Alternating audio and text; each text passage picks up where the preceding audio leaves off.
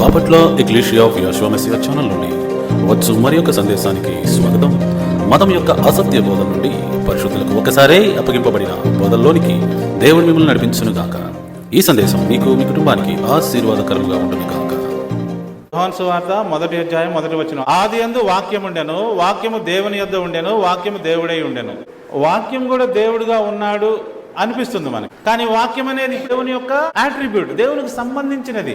ఇక్కడ miss translate చేయబడింది.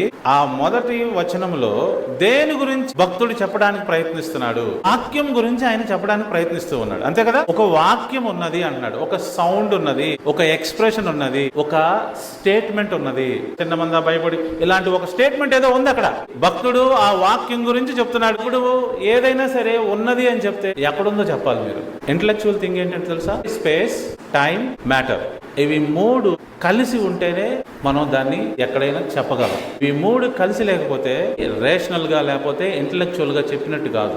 ఏ సమయంలో ఏ ప్లేస్ లో ఎలా ఉన్నది, ఇది దేవుని యొక్క మెటీరియల్ సృష్టి.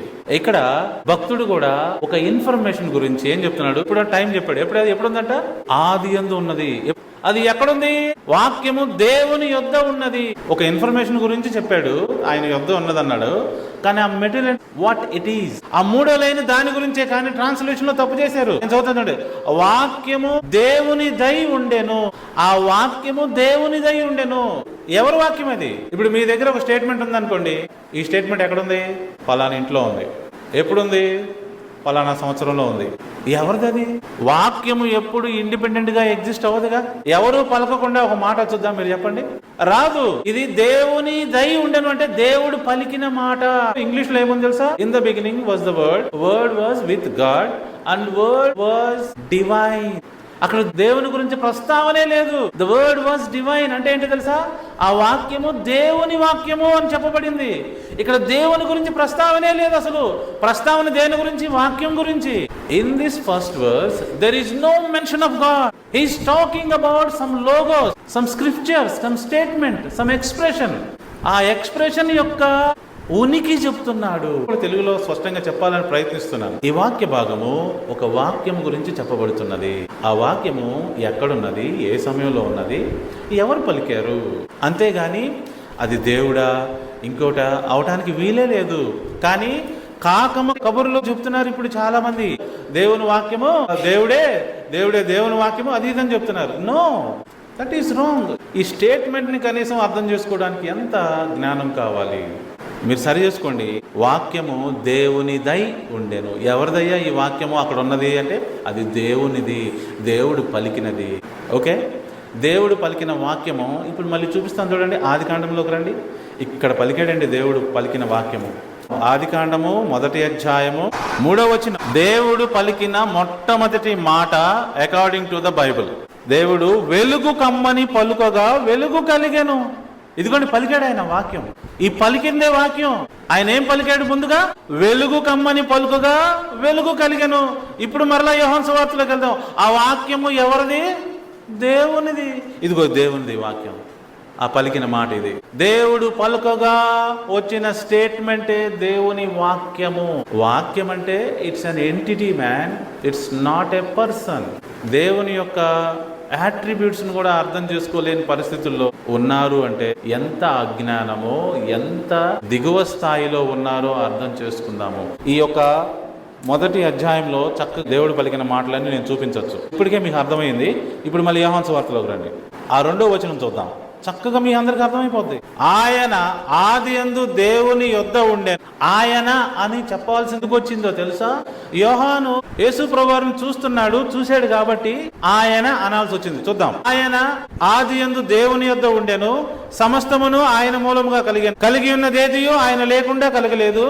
అంటే దేవుని వాక్యమే యేసు ప్రభువారు అని చెప్తున్నాడు. ఆ రోజున ఎలా ఉన్నాడంట? స్టేట్మెంట్ లాగా ఉన్నాడు, దేవుడు పలికిన మాటలాగా ఉన్నాడు. ఆ దేవుడు ఆ వాక్యానికి శరీరం ఇచ్చి పంపాడు. 14వ వచనం.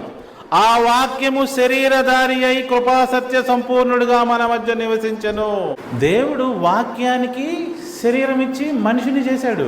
ముందుగానే యేసుప్రభువారు ఉన్నాడంటలా. అప్పుడు ఏమని చెప్పాలి ఈ స్టేట్మెంట్? ఇక్కడ అక్కడ దేవుని యొద్ద ఉన్న ఆ మనిషినే ఇప్పుడు పంపాడని చెప్పాలి ఇక్కడ వాక్యంలో. కానీ అలా చెప్పట్లా. నా దగ్గర ఏ వాక్యం అయితే ఉన్నదో, నేను ఏదైతే పలికానో దానికి శరీరం ఇచ్చి పంపాను మీ మధ్యకి. ఇప్పుడు ఎలా అర్థం చేసుకోవాలో చెప్తున్నా చూడండి. రోజు నేను ఈ బైబిల్ చదువుతున్నా. పొద్దున్న లేచేసరికే ఒక వ్యక్తిలాగా నుంచొని ఇది మాట్లాడితే ఎలా ఉంటుంది? నువ్వు చదవాల్సిన అవసరం లేదు, నేను చెప్తా విను, నేనే ఆ వాక్యాన్ని నీ ముందు నుంచున్నాను. అది యేసుప్రభువారు అంటే. ప్రభు అలా చేశాడు. ప్రభు రాళ్ల వలన కూడా మనుషులను పుట్టించగలడు. అబ్రహాంకి శారాకి పిల్లలు పుట్టే పరిస్థితుల్లో నుంచి ఎప్పుడో వెళ్ళిపోయారు. అప్పుడు కూడా మళ్ళీ వాళ్ళ పిల్లోడిని అనుగ్రహించాడు. ఎముకలుగా ఎండిపోయిన ఒక లోయలో ఉన్న ఎముకలన్నిటికీ ప్రాణం పోసి ఒక సైన్యంగా తయారు చేశాడు. సముద్రాన్ని రెండుగా చీల్చి ఆరిన నేల వాళ్ళకి ఇస్తే వాళ్ళు నడిచిపోయారు. దేవుని యొక్క శక్తి అది. దేవుడు ఈ బైబిల్కే ఒక వ్యక్తి రూపం ఇచ్చి నా ముందు నిలబెట్టి, విజయ్ కుమార్ నువ్వు చదవాల్సిన పని లేదు, నేను చెప్తా విను అంటే అదే దేవుడు చేసింది. అది యేసుప్రభువారు. ముందుగా లేడు. ముందుగా నా దగ్గర పుస్తకం ఉంది అంతే, ముందుగా మనిషిగా లేదు ఇది. సో ఇలాంటి స్టేట్మెంట్ ని అర్థం చేసుకోకుండా యేసుప్రభువారు ముందే పుట్టాడని, తండ్రి రొమ్ములో ఉన్నాడని, తండ్రి నోట్లో ఉన్నాడని, బుర్రలో ఉన్నాడని, అక్కడే ఏదో ఆత్మరూపంలో ఉండి బయటికి ఎట్టా మళ్ళీ ఒక మాయల మంత్రంలాగా మనిషిలాగా అట్లా ఏం చేయలేదు దేవుడు. ఎంత దారుణంగా ఉన్నారండి. సో ఈ విషయము అందరూ స్పష్టంగా అర్థం చేసుకుంటే యేసు ప్రభువారు ఎవరో మనకు అర్థమవుతుంది. యేసు ప్రభువారు ఎప్పుడు ప్రారంభమయ్యారు? మరియమ్మ తల్లి గర్భములో ప్రారంభమయ్యారు. దేవుని యొక్క శక్తి ద్వారా ఒక గర్భము ధరింపజేశాడు. ఎలా? మట్టిలో నుంచి మానవుడిని తీశాడు కదా ప్రభువారు. మట్టిలో నుంచి ఆదాముని తీశాడు. ఆ స్టేట్మెంట్ చదివినప్పుడు చాలా మందికి ఏం విచిత్రం అనిపించట్లా. కానీ ఎప్పుడైతే పరిశుద్ధాత్మ శక్తి ఆవరించి మరియమ్మ తల్లికి గర్భాన్ని తెప్పించినప్పుడు మాత్రమే వీళ్ళకి విచిత్రం వేస్తుంది. పురుషుడు లేకుండా ఈమె గర్భం ఎలా ధరించింది అని అడుగుతున్నారు. మరి మట్టి నుంచి మానవుని ఆదాము చేసినప్పుడు అడగలేదే? ఆదాము యొక్క శరీరంలోంచి ఒక ముక్కను తీసి అవ్వని స్త్రీని చేసినప్పుడు అడగరే? అవి అడగరా? ఓహో, మరియమ్మ తల్లి దేవుని యొక్క శక్తి ద్వారా గర్భం ధరిస్తే అడుగుతారా? ఇదేంటి సెలెక్టివ్ క్వశ్చన్స్ ఏంటి? అందరికీ అర్థమయ్యే రీతిగా చెప్పగలిగిన ఇన్ఫర్మేషన్ మతం దగ్గర లేదు. క్రైస్తవ మతం దగ్గర సమాధానం లేనప్పుడు ఏం చేస్తుంది? ఆ ఇతర మతాన్ని కూడా ఎక్యూజ్ చేస్తుంది. అడుగు ప్రతి ప్రశ్నకి సమాధానం చెప్పగలిగి ఉండాలి మీరు అన్నాడు ప్రభువారు. సమాధానం చెప్పండి. ఆ దేవుడు సర్వశక్తిమంతుడు, ఒక్కడే దేవుడు. ఆయనకి చాలా అట్రిబ్యూట్స్ ఉన్నవి. దేవుని వాక్యము, దేవుని జ్ఞానము, దేవుని ఆత్మ, దేవుని శక్తి, దేవుని మహిమ, ఇవన్నీ దేవుని యొక్క అట్రిబ్యూట్స్, ఆయనకి సంబంధించినవి అని చెప్పొచ్చు. ఇవన్నీ దేవునివి.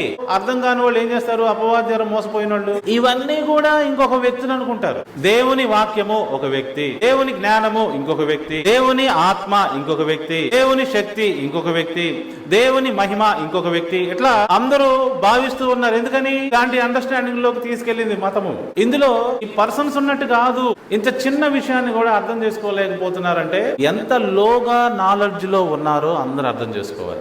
ఆయనకి కుమారుడు ఉంటే ఎలా ఉంటాడో అది యేసు ప్రభువారు. దేవుడికే ఒక కుమారుడు ఉంటే ఎలా ఉంటాడో అది యేసు ప్రభువారు. యాక్చువల్ గా ఆదాము ఉండాలి, ఆదాము ఫెయిల్ అయ్యాడు.